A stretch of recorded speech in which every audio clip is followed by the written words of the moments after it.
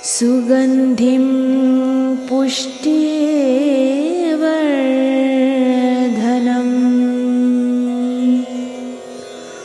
उर्वारुकमिव बन्धनान्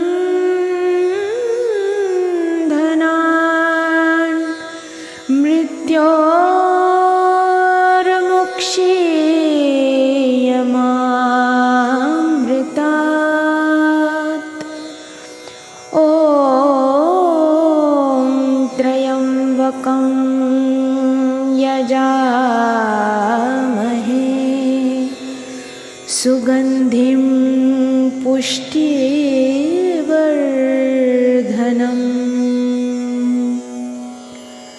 उर्वारुकमिव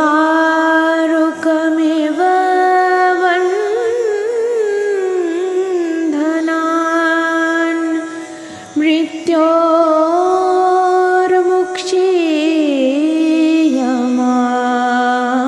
मृत्योर्मुक्षीयमामृतात् ॐ त्र्यम्बकं यजामहे सुगन्धिं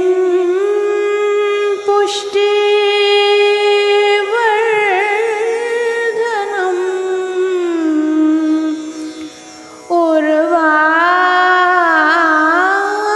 उर्वारुकमिव बन्धनान्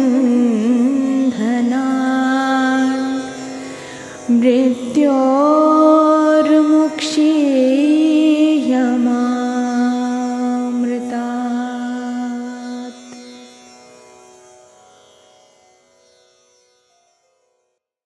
Understand that suffering has a deeper meaning, then maybe, as a caregiver, you can see suffering differently. Yes, definitely so. I think yes. So how do you see him, the last few days of Daddy? How did you see that suffering? I think that's such a important learning for all of us. Last few days, I would say that spanned last few months. Yeah. He was in that state where we were actually sleeping at night and wondering whether we will wake up with him or not. And it was almost on a daily basis that we were just waiting for it to happen, and he just went on. So that kind of detachment, I think, slowly set in for a good 12 months, the last year of his life, where we knew we were going to eventually lose him. But it's not like 6 months or 7 months. We knew that maybe the next minute he's not going to survive. He was in that kind of a state. And so that, I think, mourning process started even before he passed away. Yes, yes. And I think the kind of preparatory phase is very important for the yes, caregiver and the family, that you yes, prepare for death. Because it's yes, an eventuality for certain people, okay? yes. So that preparation is so important, So can you tell me, how did you prepare, like the last, when you knew that his condition was really deteriorating and it's best that he leaves now, he leaves the body. And I say this with so much of kindness actually towards the body, because we have the body as a vehicle for our lifetime, and we need to treat it with kindness also. But the fact that we speak like this, that we wanted him to leave the body, Yes, indicates that the body is not him. right. And I think that profound understanding of the soul comes at that Yes, time towards the end when we say things like this. yes, I find yes, that so healing within me also, and I'm sure everybody finds that healing, that he lives on because he has moved out of the body, he's moved away from the body. And I think when we yes, speak like this, we know that the eternal soul is not in the body. The body was only a vehicle for the time being. yes. Yeah, I Can you share a little bit on that? Because your okay. poetry is so deep and beautiful that I'm Thank sure we can hear some words of wisdom from you. you. See, as far as dealing with the situation was, I think poetry was the only way that I knew how to deal with this, because I'm not a very expressive person in terms of expressing my feelings to others, especially the ones that are, very precious to me. So this gave me an outlet. But at the same time, it also was reflecting my emotional situation within. So I knew I was not coming to terms to this event, and I think I understood that I lost him very early on, when close to his diagnosis, because I read frantically about Alzheimer's. I took out printouts. I even tried to explain to my father while he could still read, and in the first year, that do you understand this? Do you understand that you may be suffering from this? And there was an event where he was just lying down, and he was still able to speak to us properly. I asked him, I said, what are you thinking? And he said, my brain is failing me. He was aware. He was aware. Yes. And that was extremely shattering. I prayed so hard that he does not have to live with this, thing in his mind, with this realization in his mind. And that was the time where I actually hoped that, he would leave while he's still walking. In this situation, because I don't want him to be a witness to his own suffering, and for a person to say, that my brain has failed me. Yes. And Ranika, when you say that, you are speaking with such kindness that, let him go while he's walking, talking.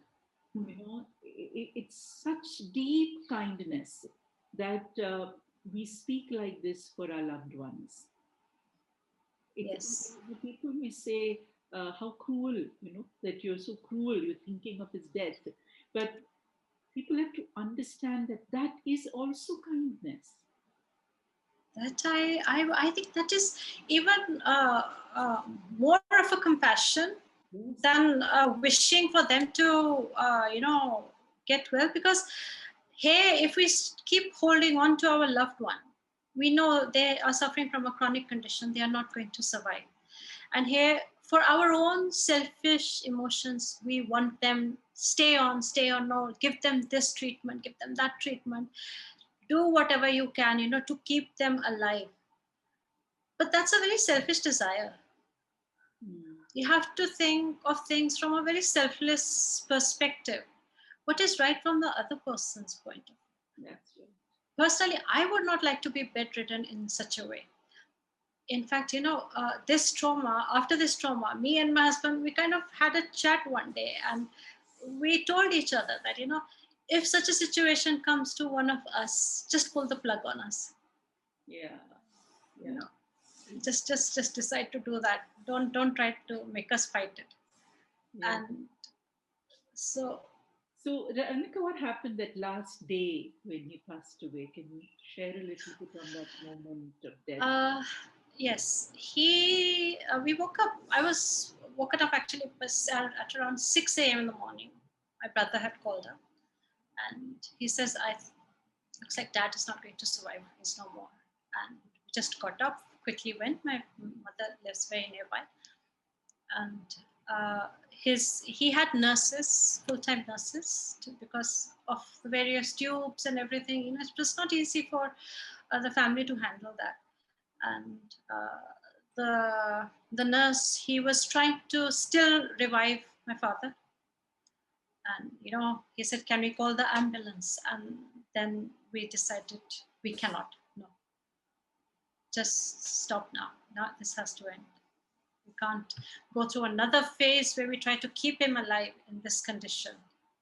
And I remember when my father was discharged from the hospital, and I knew that this was not the best of situations to be in now, because we were just trying to keep him physically alive.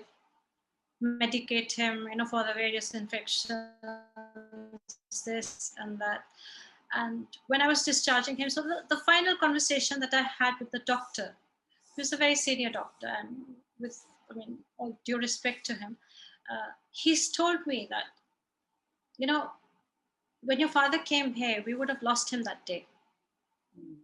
But now he can live for another few years. He says, so that is like the power of modern medicine. And I was very annoyed with that statement.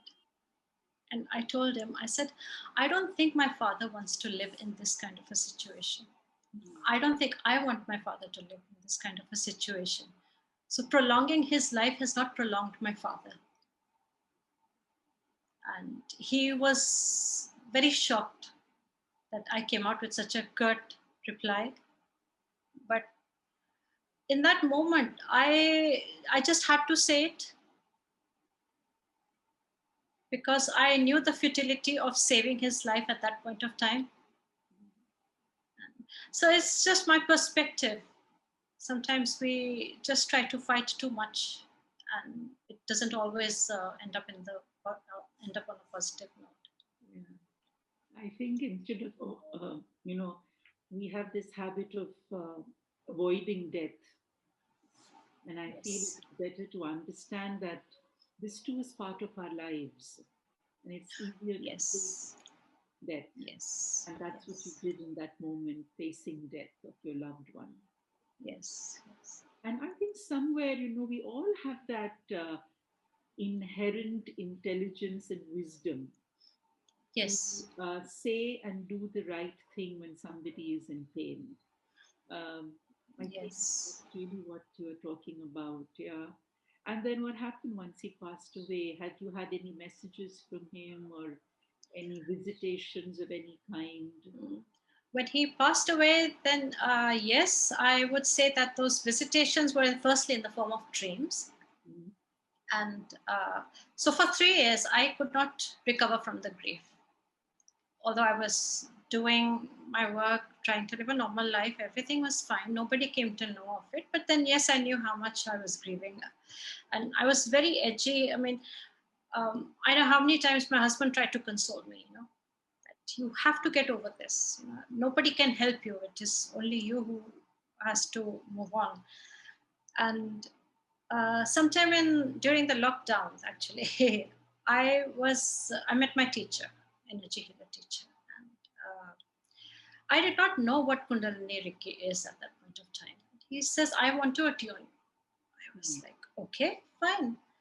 And he gave me all 3 levels of attunement. And so as we were discussing, he was talking about healing and how you need to heal. And I said, all right. So I told him, I said, can I heal myself? Can I heal my father's grief? Mm. He was like, yes, you can do that. He said, start healing him 5 minutes every single day. Heal your father. Mm. I said, all right. And till this time, from 2016 to 2020, I used to keep thinking that my father, I understood my father even more than when he was alive. When he's not there, you ask yourself, okay, how would dad have advised me on this? And you get the reply. And that had become the norm for me. And I realized, I remember having this conversation with my husband that, uh, he is still teaching us, even though he's not here. And so a couple of years passed, and when I was into energy healing, the first week I noticed a difference. There was a small get together, and people, they were talking about my father, remembering him. And I realized that for the first time in a couple of years, I did not shed a tear when someone spoke about him, when he's being spoken of. And I just sat there wondering, is this something to do with the healing that I got into? And 3 weeks of healing my father every single day, and I completely recovered. Healing your father. My father, Now, yes. this is This is profound because he always Yes. speaks about healing yourself. Yeah. You know, I have to heal myself. I have to do this and do affirmations and this, that. Yes. But we don't speak about healing the departed soul. Yes. And Share in 3 more on weeks. this. How Yeah. do you do that? See, it's the process of Kundalini Reiki.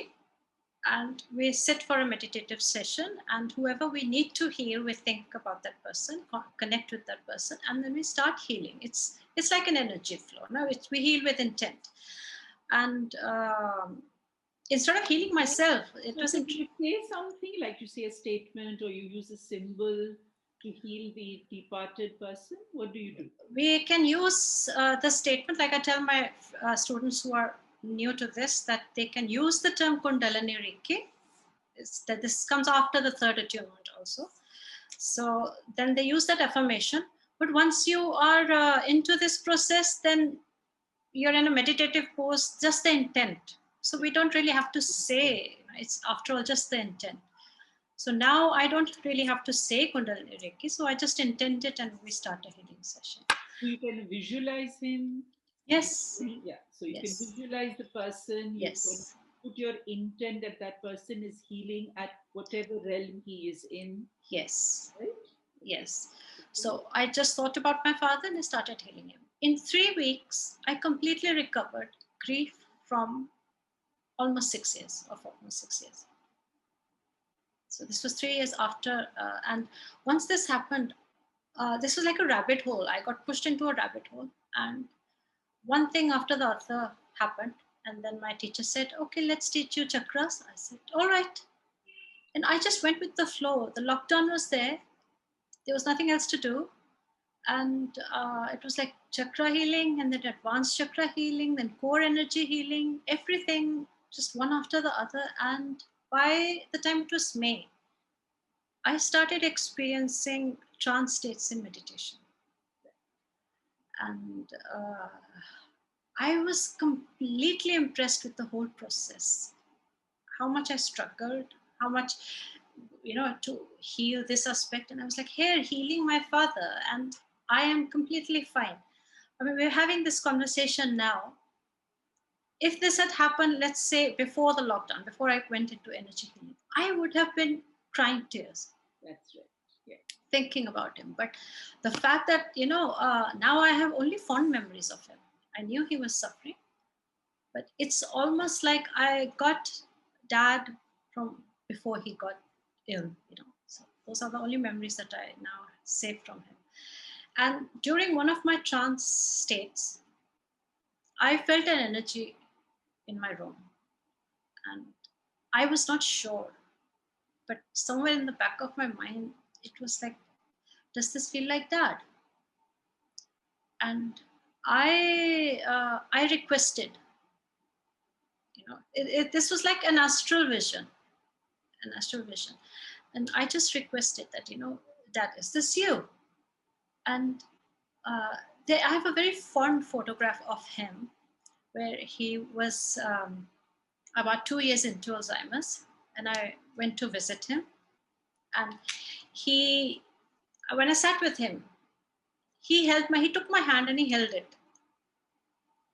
And he was just quiet. He would not talk at that point. And he was just holding my hand, and he was like kind of just doing this. And I just allowed him. I said, what happened? He says, nothing. And he kept doing this for about 10 minutes or so, 5 to 10 minutes. And I clicked a photograph of that. And that photograph is very dear to me because that's like my father's hand, and he's holding my hand like this. Okay. And this poem, A Faded Mind, I have actually superimposed it, kind of made it like a small meme, and I will share it with you later on. So somehow I felt he came and held my hand. Yeah. So ever since my father passed away, I've had 3 telephones, and that picture is always there in my phone. It's so dear to me. And the moment I felt like he's holding my hand, I just knew this was dad. And I just asked him, I said, I only need to know that you are okay, because I said, I am not able to forgive myself that I've not done enough, And I just kept asking, "Are you okay? Are you okay?" And you know, ma'am, you know how we get the messages? They're not really in verbal form, as in you don't hear sounds, but it's more like telepathy, more like intuition working. And after some time, he said yes. I felt that yes, and that was where I sensed a big burden just off. And I felt his presence for about half an hour, and I just sat there. It's almost, like it was like a parent just walked in physically into your room. Amazing, Ranika. And yeah, it was really beautiful. Meditation is so powerful. Very, very. And it is only in meditation when you're with yourself that you can experience such surreal experiences. And Yes. nobody has to, validate it. It's your Right. experience, and that's it. I always tell people that your experience is precious to you. You don't have to seek any validation. Is it true? Is it untrue? Did it really happen? It does not matter. Yes. Yes. You know, because now that you're a energy healer, it's all the Yes. energy that you're going to sense. So it doesn't Exactly. matter if a person speaks or doesn't, or you see him or not. It's just the energy of the person that you know, right? Yeah. I mean, it's just like, if somebody comes and stands behind your back, you haven't seen that person, you haven't turned around, but you can Yes. sense that there But you is can somebody sense standing behind exactly. you. Exactly. Yes. Exactly the feeling that you have when Yes. somebody without a physical form also comes and Also stands comes. behind you. Yes. Exactly. Exactly what you said. I'm sure you must have written something uh, after these experiences and the Kundalini Reiki. Yes, after these experiences, during trance, I used to get some verses, and I have written a whole poem even in the middle of the night, something like 1 a.m. in the middle of the Wow, night. you have to share some one at least. Yes. Trance there, poetry. yes, there is one which I'd like to share first. It is called The Malang. Wonderful. What a name. Yes. Malang. Yes, Very and nice. this was a couple of months of trance meditation states, and it was a very sozzled state to be in. I completely enjoyed those few months. I mean, I would give anything to have them all over again. The experiences were beautiful, and it was like you wake up in the morning, you've done your meditative session, and you're completely intoxicated and sozzled. Something has just, made you high, and you don't know what it is. Yeah. And in that state, I wrote the Malang. That was the word that came to me. Please read. Yes, it is unsettled, may be my footwork. I dance, but not to please. I twirl like the wind in motion over calm, mesmerizing seas. No sight or sound can awake me, nor wondrous fruits appease. What use for me to relish cool shadows of lulling trees? Disheveled in all my glory, no jeweled brow to crease, I light and burn in fire, my spirit be burnt of tears. I drape my pyre about me, to fuse in smoke and seas, I trance to burn and blaze, whose brilliance will not cease. Wow. Whose brilliance will not cease. What a lovely the use of your words is truly beautiful, really lovely. And there's another one that you'd like to read. Yes, there is another one.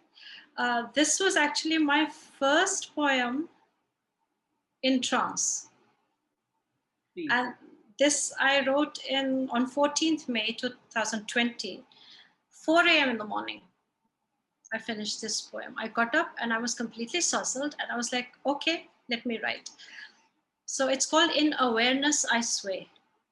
In awareness, I sway. I sway, Ah, yes. My soul sways like a palm tree in your breeze, creating music to the sound of rustling leaves. I let it caress and flow through my innocent veins, a touch of joy, or at worst, some enlightening pains. I sway unhindered in a cascade of trance, dismayed by fortune and yet delighted in prance. So I let it sway in heart with your floating cinders, at times dancing the path, but sometimes burning my fingers. My soul purely in mindfulness will flee from the ground that roots me to cherish this awareness in glee. To cherish this awareness in play. Wow, what So a this was the turning point in my poetry, and I never went back to writing dark poetry again. well, when you experience the presence of a soul, they guide you in their own mystical way, and that's exactly what happened to you. Yes, and You never went back to darkness because you saw the light. yes, Mm. it was so. Henceforth, I have written a lot about awareness, higher consciousness, because different levels of awareness start opening up when you meditate. You know, when in those trance states, it can be a very beautiful state to be in. And um, I I still believe that, you know, my father is still teaching me, and even when he passed away, I would never have gotten into healing, Yes. and it just happened, and it happened because I had to heal his grief. And I think somewhere his energies have pushed me to this, and now there's no turning back. So Yes, I I completely understand what you're saying. It's like I'm sure you may have experienced it when you're writing poetry. Sometimes it's he who's writing the poetry through you. yes. You experience that at times?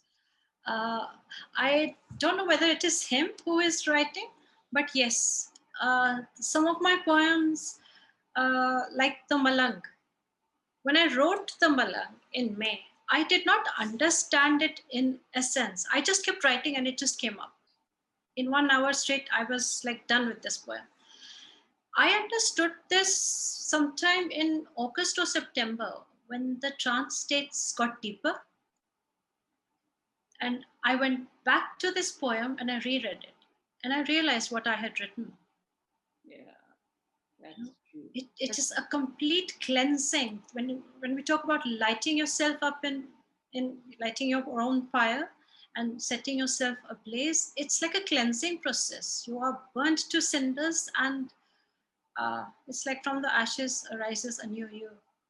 Wow, Ranika, I love that. From your ashes arises the new you. A new you. You know, I think what we've just been chatting is about meaning, Yes. and death has given your life meaning.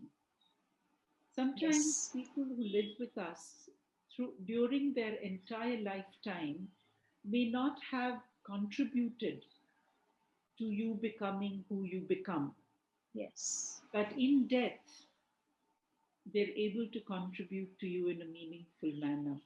And I think that's really, Ranika, what you've shared with us is so beautiful, poetic, lyrical. And when it comes from a daughter about the father, I think there is a different kind of energy that you have Yes. today, Definitely. exhibited to all of us. And I'm sure all daughters are able to relate to this beautiful bond that we share with our parents, especially with our father. Ranika, what can Yes. I say except a big hug and a big Thank thank you. you for coming and sharing and opening your heart and your poetry. And I hope and pray that your poems are published soon so that Thank you so much, ma'am. Thank you. people are able to heal when they read your poetry. Just like you spoke about, let's say, Janjit Singh ji, his ghazals heal you. And I'm Yes. sure your poetry is going to heal millions who are going to read. So thank you, my dear, and all the best to you. Thank Thank you, ma'am. Thank you, ma'am, for giving me this opportunity. Thank you so much. असतो मा सद्गमय तमसो मा ज्योतिर्गमय